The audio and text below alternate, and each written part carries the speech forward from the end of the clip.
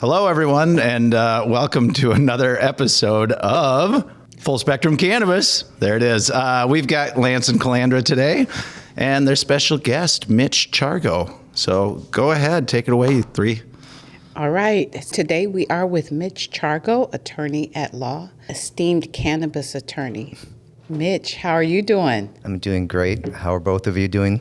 Good. I'm doing good. Welcome, Mitch. Yes, thank you so much for having me. Yeah, I didn't even know who we were talking to. I mean, I knew the name, right? But usually this role is reversed. You don't know who I'm bringing in. Yeah. And we've got Mitch here, and you know Mitch. Yeah. So Mitch this is the is shit. fun.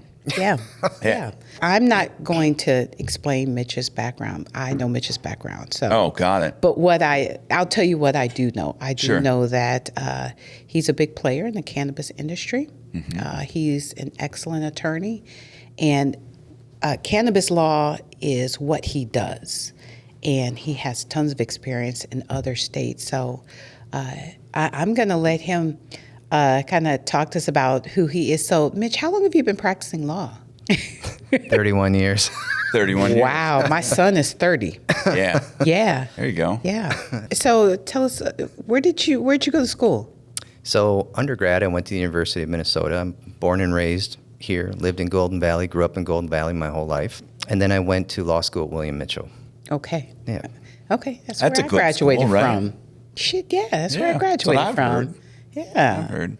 Yeah. So how long have you been practicing cannabis law? Since 2020.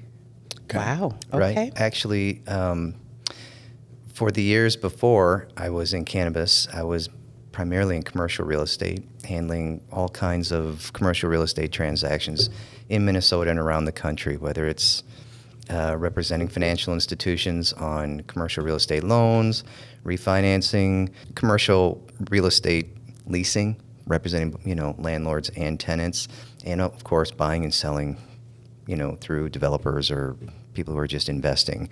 And in 2020, it's an interesting story. I lost my dad in late 2019 in a traumatic way. Prompted me to start thinking about shaking some things up in my own life. Like, not that life is too short, but kind of like, it's never a bad idea to try something different, try something new, shake it up a little bit, right?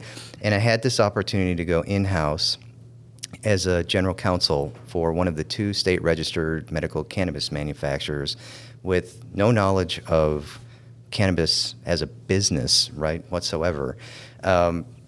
And I decided to take that opportunity and dive in. And it was fast and furious every single day in compliance, dealing with the regulators, dealing with the Office of Medical Cannabis, and stayed in that position until the company was acquired by an out-of-state MSO. And after that, I joined my current law firm, Hinshaw and Culbertson. I'm a partner there, and I'm now the chair of the firm's national cannabis practice.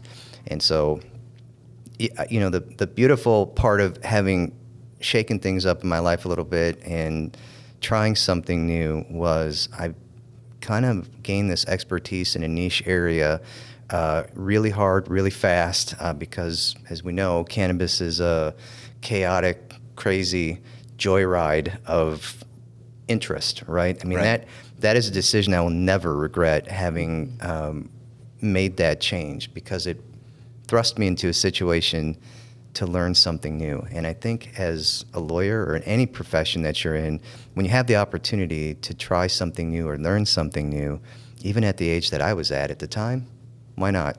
I love it. Dove right in, and now I'm swimming in it every single day, just like I was back then. So I know you have some experience in other states with cannabis. Well, we're breaking into other states now, but I'm also licensed to practice in Arizona. Okay. And we're starting to very much explore what I think will be a very exciting opportunity in Florida.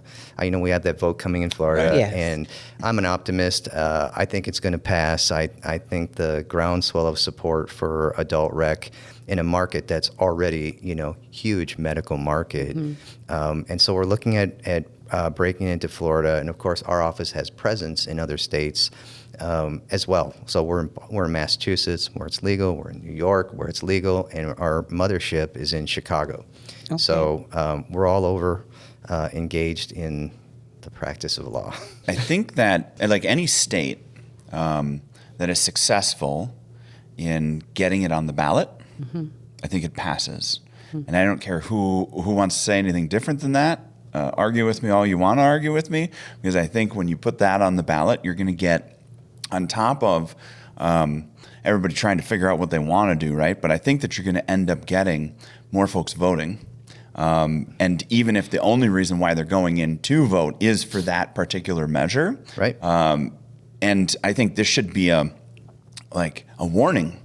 It should be a warning to the other states that are not working on some form of legalization, because you're going to get surprised. And I'm feeling optimistic about Florida too. I think Florida is going to go rec fairly soon here. And I'm glad you have a presence pretty much all over. I love Yes. that your footprint is everywhere. Yes. So what do you like about Arizona and kind of their regulations and their dispensaries? And what are your thoughts? Well, Arizona, what I'm learning, has a really awesome group of trade associations, and that's where I would start, right? The trade associations for dispensaries, the trade associations for the industry, which, branches out beyond just the dispensaries, but into the cultivators, the manufacturers, the auxiliary services that are provided as vendors.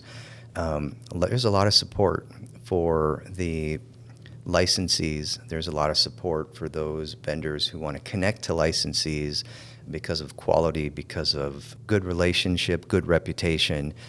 And, I don't know how to explain it. I think Arizona just tends to be a little bit more streamlined. And they've had that rough patch that I think every state goes through when you legalize and you introduce adult rec, where you kind of had that tumultuous period where now it's kind of stabilizing a little bit. I have heard, that, licensee or license value may be dipping a little bit because there was over surplus or an overabundance of licensees, but I think that's true in any market. And I think it's one of the things that the Office of Cannabis Management here is trying to avoid, although sometimes I think they're out thinking the thinkers and trying to overthink and think it, instead of just letting the market take over and do what it's going to do. What I love about the opportunity in Arizona is the population size. I love that, it's a huge, broad-based population, and I don't care what anybody says about politics, right? There are plenty of Republican, whether they're closet Republicans or not closet Republicans with regard to cannabis, plenty of people in the red part of the political spectrum that like cannabis, right? And whether they're feeling, a little bit weird about coming out and supporting it or not. And Arizona is one of those purple states, right? So it's a state that's got a broad-based population. There's money to spend in that state, and it's an enormous geographical layout. So you have opportunity for all kinds of different landscapes within which to introduce and launch your cannabis business, whether you're coming in as an established business owner or you're starting up as a mom and pop shop. I love that. Yeah. I love Arizona. We're actually going to a jazz fest there in October. Where? It's going to be in Phoenix, specifically in Glendale, the Glendale area, Yeah, it's great. like a Glendale complex. But it's a 3-day jazz festival, and we've already got our tickets. It's going to be huge. And, there's going to be a lot of 40, 50, 60, 70-year-old smokers. Okay. While they're listening to smooth jazz music. Just chilling out. Just chilling out, sitting outside. And, it's not one of those things where you bring your lawn chair, you stand around. At our age, we need an assigned seat. So, Oh, agreed. yeah. Right. Yeah, I don't I'm go not to concerts I'm not without a going. seat. Is it we're not- appropriate to put in a plug for a dispensary there? No, I think it is. Yeah. Serious. I mean, Why not? We want to know the good spots. I mean, I'll tell you what. I went into a dispensary there called Sunday Goods, right? Let me tell you, that is my favorite dispensary. love I it. love it. They were like, I love it. Their bud tenders there were spot on. Their Yes. display was spot on. I thought the whole delivery was just an incredibly wonderful experience. And so have family in Arizona. I have family in Phoenix, right? So whenever I get a chance to go and just stop in dispensaries, I'm always trying to find new dispensaries just to see how people brand, how they want to tell their story, because a dispensary to me, just like a cultivation facility, it's telling a story. It's letting the creators of the product or the purveyors of the product shout out to the world. This is my narrative. This is what I love about this industry and these products. And I felt like Sunday Goods was just this great expression of, like, yeah, you're not walking into a large Costco-oriented kind of dispensary where it's like, pre-roll, aisle 9, right? Right. It's like, it's more like you're walking in there and these people were friendly. They knew everything about everything and just the layout of everything, all the way down to the little Ziploc pouch when you walked out. I was like, this is great. I'm coming back here every time. Yeah. You walk in. I could tell you, Sunday Goods is my favorite. And at my dispensary, at the Goods Inn, we do have the cool Ziploc bags. Oh, yeah. Did you pick it up from them? I might have. Yeah. I'm not going to come out and say it, but Well, Vegas, they do it in Vegas too. But their Ziploc bags, you could even buy some cloth ones. They're like blue, and they got kind of this starlight kind of look. And I want a corduroy really bag. Cool. That's what I want. Right? So let me tell you about Sunday Goods. I'm sure this is your experience too. And I don't know if you know, they just opened a location in the airport. No. Yeah. So they have one larger building, which is just absolutely beautiful. But you go in and you can get coffee right there. Then you can get your coffee and you kind of walk around. That's kind of the larger one. But there's a smaller one right near Biltmore, kind of the Arizona Biltmore area. And like you just kind of pull in and, it's really small and quaint, but the people are really, really nice. But that's pretty much the only one that I go to. They have some great sales. You go to their website, they always have really good specials. Last time I was there, in April, they had cartridges for $10. Oh, yeah. Yeah. Scares the shit out of me. Not me. Yeah, I know. Well, that's okay too, but I'm not buying $6 gummies. You know what I'm saying? I'm not buying $3 ones. They have one. Did you say by the strip joint? By the strip joint. How the hell you knows by the strip joint? That's how you remember. The driver. Usually it's the color of the lights of the building. I don't want to know. What tells you it's a strip joint. I don't want to know how you know either, Lance. The lights. My wife is watching this. I'm sorry. I didn't go into the strip joint. But I know that the driver, I have we have our audience I went laughing to the one, too. I don't wonder if we're talking about the same one. The one that I went to is off of, was like There's a little three. bit North Phoenix. And it was a smaller one. Parking was kind of a challenge. But Yes, we're talking about the same one. That one was my favorite. Yeah. Right? So, Yeah, but I kind of got to like pull in on the curb right there. Yeah, Right. It is by the strip club. I was just fucking with you. Well, the other one was by the strip club, right? I was down in that part of town, and the driver pulled in. I'm like, yeah, this isn't a dispensary. It's like, he says, oh, it's over there. It's right next to it, right? Yeah. Got it. So that's how I remembered the. Because there's like a little gas station right there too. I know what you're talking about. So for those that I've been are to there, many dispensaries. and then for those that are going to go there, now you know. Now you know. It's beautiful. Okay, so Arizona. Now, what state are we going to fly to? Right. I think we should go to Boston. There's another lawyer there who he opened a dispensary in Boston, and I think we can get some really good lobster rolls and interview him. So I think it's a fantastic idea. We're just about we're coming into sponsorship dollars like Sunday. Yeah. Sunday, is it Sunday Goods? Sunday Goods. Okay, so Sunday Goods doesn't know it yet, but they got a pitch coming their way. Right? Like we start Yes, bringing they stuff, do. We start bringing some stuff up, and producer Sam's going to be like, maybe they want to talk about some things, or just support us because we're talking about them. Yeah, I agree. So Mitch, so you currently accept clients, right? Yes. So tell us kind of what clients your firm accepts, and how do folks get to you? So tell us. Okay. Well, thank you for asking. So, we are a full service law firm. It's a, AmLaw, I think AmLaw 200 firm. We have over 500 20 lawyers, I think, if not more, across the country. And our office here in Minneapolis is also multifaceted, right? So we have litigators and we have a corporate group. And I'm part of the corporate group and the cannabis group. So we're working with clients that, whether they're already established in Minnesota, if that's the low potency hemp-derived manufacturers and retailers, and we're working with licensees. So I helped, several social equity applicants trying to obtain their license pre-approval for the early first mover process that's going on right now.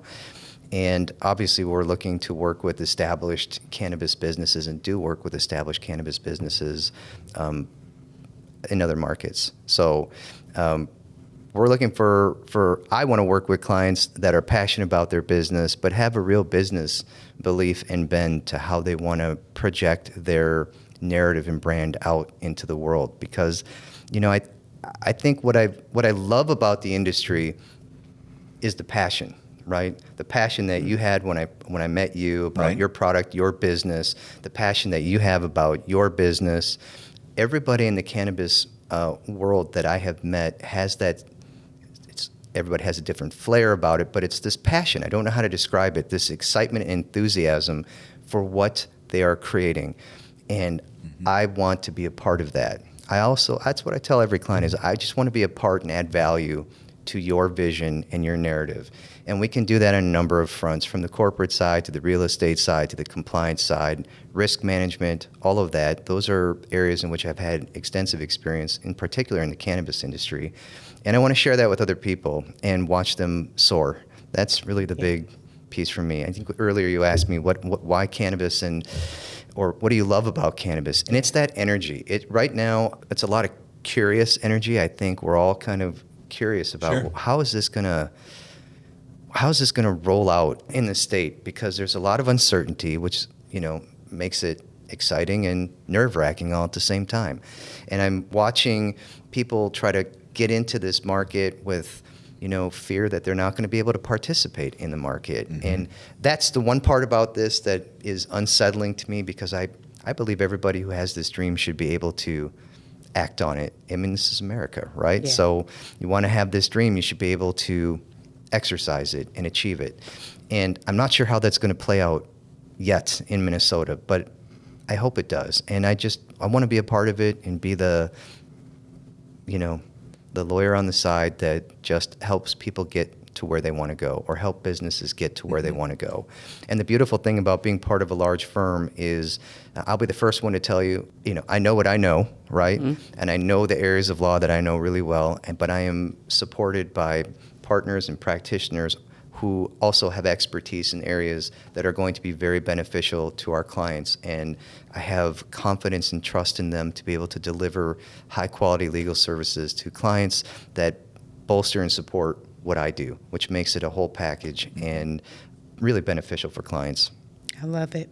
What did you say about him when you're like, so this is Mitch and he's like he is the cannabis guy? Yeah. Kind of thing is what okay. Yeah. Yeah. Was he's a right? Cannabis guy. Sounds like it. I'm always right. Right. Yeah. Sure. Unless somebody I wouldn't want to argue with her. I know. I've been working on the argument, right? I'm building my case. I've been building my case for 4 months. Good luck, Lance. Good luck. Yeah. So, Mitch, how can folks get in contact with you? They can certainly email me. I'm at the law firm of Hinshaw and Culbertson here in Minneapolis, and my email address is mchargo@hinshaw, HINSHAW law.com. And look, they can call.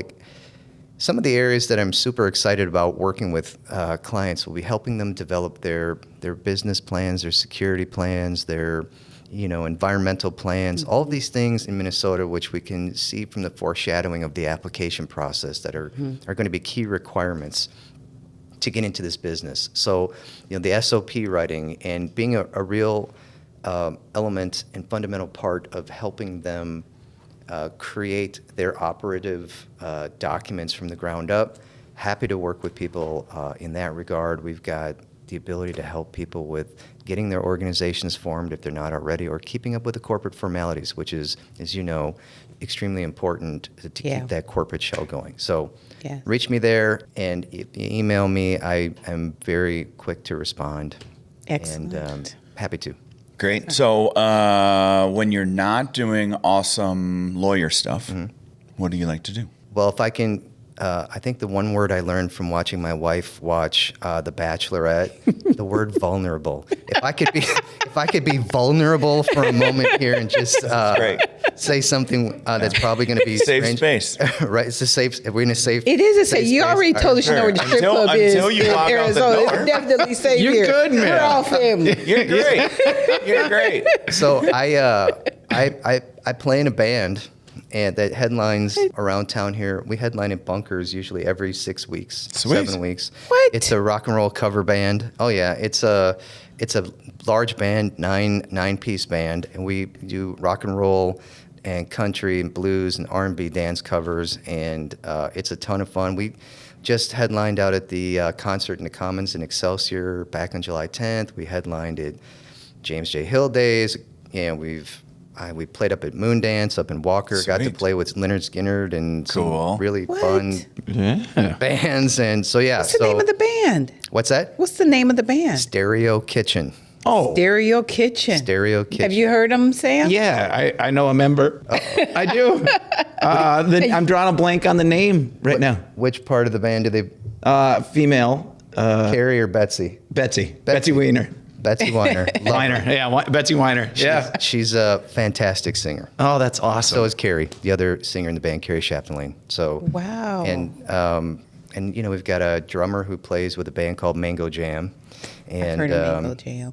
and we've got thundering guitarists, and you know, I'm super blessed to be in this group because I'm not musically trained whatsoever. So Oh, it's- you're a lawyer. You That's got to cool. have that outlet. yeah. Yeah. To jam? I love it. Yeah. Yeah. Yeah. That jam session, it does something for Super people. important. Yeah. Yeah. Whenever we go to concerts, my husband, he does the. Oh, yeah. You know, like The he's air drums. in the band. Oh, he's yeah. the air drums Yeah, like guy? in his mind, he's a part of the band, and I like have to tell him like stop doing that because it's so distracting. Yeah. But he like really gets into it, and you know his shower voice comes out. Is You it know the shower the high voice, right? voice? Yeah. Right. Yeah, and I'm like, At least it's the drums, right? Because I'm a horns guy, and that looks Oh, really no. fucking weird. Oh yeah. Yeah. Well, listen, if there was an air guitar competition, I think I would enter it. I think I would pit myself against anybody with the air guitar because I don't play an instrument. I'm the singer in the band. And, Sweet. And I'm so I air guitar up on the stage all the time. In fact, I use my microphone stand as the prop, and I'm running around Yeah. pretending I can play That's bass. what it's for. I absolutely love it. Running up the bass with my fingers, and then doing all this stuff when I'm rocking out. It's a great release. It's a tremendous amount of fun, and it's a creative side. Even though we're doing cover tunes, we always try to mix it up a little bit, change it, songs up a little bit. And the one thing about music, much like cannabis, it tends to bring joy to a lot of people. Yeah. And it's a uniter of people, and I don't care who people are in challenging times and different political spectrums, different business spectrums, different friendship spectrums. Music just tends to bring people together. And of course, if they're going to be passing the Dutchie while they're playing the music, that brings people together too. Yeah. So everybody seems to be having a good time, and I like to help people have fun. I Sweet. love it. I love it. It's time for a break. It's time for a break. All Well, right. I mean, it's time for an end. and into this half. Yep. Yeah. Into this half, yes. Yeah. And then we have another guest joining us today. Yeah, today on lawyer? 3 Lawyers and a Lance. Lucky you. But there's no bill, so you should be fine. I know. Exactly. This is lovely. How often do you get to talk to 3 lawyers and you don't have to write a I check? know. Exactly. I know. Well, the fun thing is there was zero advice for me, so they didn't. I mean, there's nothing billable there. All right, this was fun. Well, thank you love so it. much Thanks for for having coming. me. Thank and you. Thank I you for really coming. appreciate and wish all the success for this awesome forum. It's great. Thanks, All man. right. Thank you. Cheers. Thanks, Mitch. Thank you.